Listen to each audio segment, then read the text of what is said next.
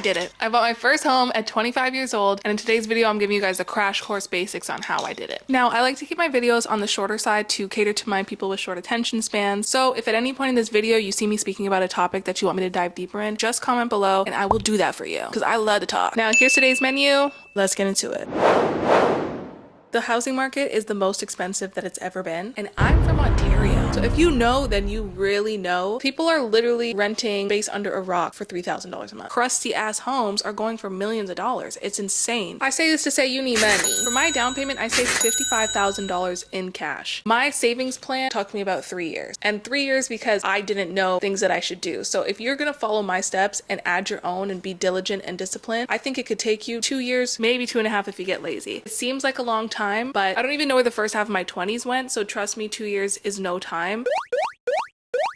Now, job hopping is my first tip because the more money you make, the more you can save, period. I want you to forget climbing the corporate ladder the way you think you're supposed to be climbing the corporate ladder. You're not sitting down at a desk, working a job, 9 to 5, starting early, working late, clocking in that overtime, only to get a 2 to 5% raise at the end of the year and a pat on the back saying, hey, we'd actually love for you to improve in these areas. Go yourself. You guys gotta let go of your dream job. So try not to get so emotionally attached to the role that you're in and try to focus on the money that you're making in the role. That's what it is at the end of the day. If you fall in love with a company and you stay at that company, you might get 5% at the end of a hard worked year. But if you job hop, looking at anywhere from a 10 to 50% salary increase. My biggest salary jump from one company to another was 55%. How? I'm saying, how? Like, talk to me, bro. It's crazy. What you learned at this company and what they value for and they're willing to give you a 5% raise for, someone's looking for right now. We don't climb the corporate ladder. We are swinging from one tree to another. You need to advance in your career at an expedited level, and job hopping is the only way that you're going to get there. The biggest key to job hopping is learning as much as you can in the role that you're currently in and then marketing the hell out of yourself to another company who's hiring for a role that's above yours. For example, I was a project assistant at a company doing very low level coordination work, but I needed to get my foot in the door because I had done project management courses, like online courses, but I didn't really have practical experience. They got me up to speed. I damn near died. But I didn't realize how much there was to learn for me, and the learning curve was so big. After a year and a half, I was not making enough money for me to be moving out in 10 years had I stayed in that role. Started applying. I hopped to another company and then landed myself in a role that was the 55% jump. So even though I went through the ringer, I took it as a lesson. I downloaded all the information that I needed to so that when I sat in front of an interviewer on another job, I could quickly and clearly articulate how I had done everything that's on their job description already. Even when my job title didn't match the job I was applying for, as long as I got an interview, I was able to sell myself and convince them that I could do whatever the job is that they wanted. That could be a whole other video because I could teach you guys a little bit on how to market yourself. You're really faking it till you make it, but you just got to show them that you can bridge the gap between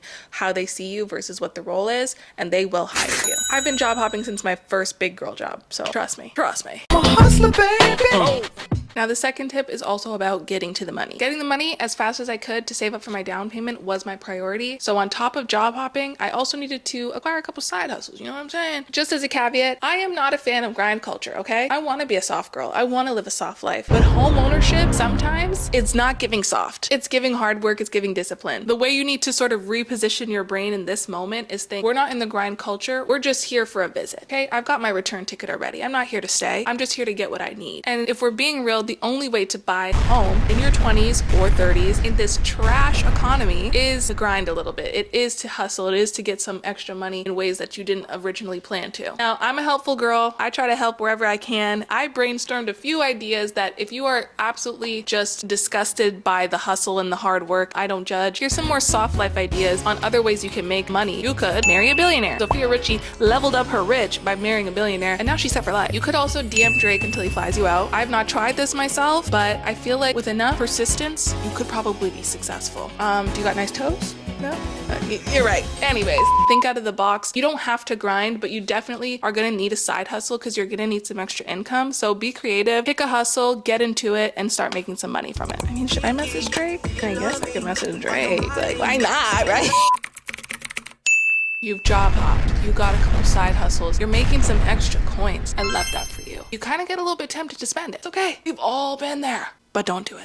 This is gonna be hard for you guys. Like I said, it's 2-3 years max if you stay focused. This is when you put your blinders on, keep your eye on the prize, and don't get distracted by temptation. If you went from making $40,000 a year and now you're making $80,000, you do not live as though you make $80,000. You continue to live the life that you were living when you were making $40,000. Shit, if you can live the life you were living at making $35,000, that's what you need to do. So at this point, you need to assess your life and your current standings and see, what can I give up? Streaming subscriptions, music subscriptions. Sometimes it's just deleting the shopping app off your phone so that you're not impulsively buying things all the time. For me, cutting back in areas so that I could save more meant not getting my lashes done. And it meant eating in more with groceries and not DoorDash. I love a good DoorDash. But I do think there is something to be said about living minimally. It's definitely made me a much more conscious consumer, which I think is super important in this day and age. Now, I don't say don't treat yourself. If you guys watch my habits video, at the end, I do talk about having little reward systems set up. So you can still find ways to reward yourself while doing the hard things that you're doing. And every now and then, between now and then is a while, treat yourself. Now, I'm not just gonna give you this hard ass task to do and not give you some tips on how to get it done. The best way for you to save and for you to live as though you do not have the extra money that you're making, 2 words. It might be 1 word because it might be hyphenated. It might be 1 word. It's auto withdrawal. Out of sight, out of mind. Works. It's gonna make it so easy for you to do this. You just got a new job. You just started making that extra money. Now you're setting up your auto withdrawals. You will not remember that you're making all this extra money because you just won't see it in your account. When I was saving for my house, I had about 4 auto withdrawals set up. I had my main banking, which my paycheck came in, and I made sure that my money left that bank account. Basically, the day my paycheck hit, $400 went into this account, $400 went into a TFSA, $400 went into a RRSP. By the time I opened up my app to say, ooh, did I get paid today? It didn't look like nothing crazy. Saving the money just becomes automatic. You never miss a paycheck, and you're living minimally, so you don't really feel the impact of not having had that money because you didn't have it to begin with. It's like invisible money almost, is the girl math behind it. If you guys have any other tips about saving for a house or any other tips related to just home buying in general, comment them below. Let's create a little support group chat down there because it is hard out here for a pimp. All right, I saved the best for last. You're either gonna love me or you're gonna hate me for even including this. And if you hate me, I challenge you to tell me a time when you manifested and it didn't work. Oh, you didn't try? Oh, you didn't try? Okay. I manifested this unit that I'm sitting in right now. Yup, sure did. Don't believe me? Go watch the video that I posted last year on manifesting my house for 2023. Guess I bought my home, in 2023. The only thing I want to debunk about manifestation is it's not just wishful thinking. Manifestation is a strong desire that's met with purposeful action, intentional action. In order to achieve a certain lifestyle, you basically have to match the vibrations of the version of you that is already living in that lifestyle. Hold on. I'm losing you. Come back. Don't go anywhere. Don't go anywhere. Stay here.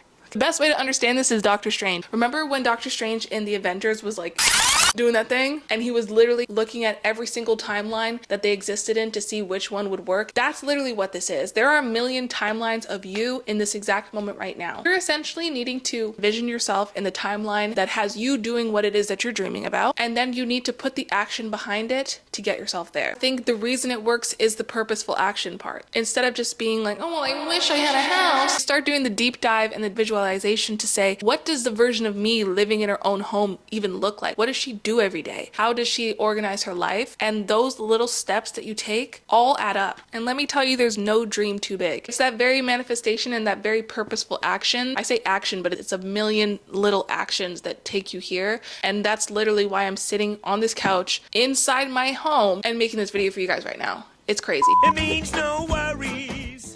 That was an information overload, and like I said, if there's anything you want to know, please comment below. I will make that video. I just want to remind you guys that everything's gonna work out. I remember some days just like crying because I was like, oh my god, I'm never gonna get there. Honestly, faith and knowing that everything's gonna work out, it's half the job. There's no timeline. I was able to buy my home at 25. Whether you do it at 25 or 19 or 39, if it's something that is a goal for you and you accomplish it, that's all that really matters. So don't compare yourself to anyone. Do things in your own time. I just want to give you guys the tips and make you feel somewhat motivated to know that you can do this. You can do anything you want to do. Life is a movie. Figure out what movie you want to be in and play the part. That's it. I hope you guys enjoyed this video. Don't forget to like and subscribe. See you guys soon. Love you. Bye.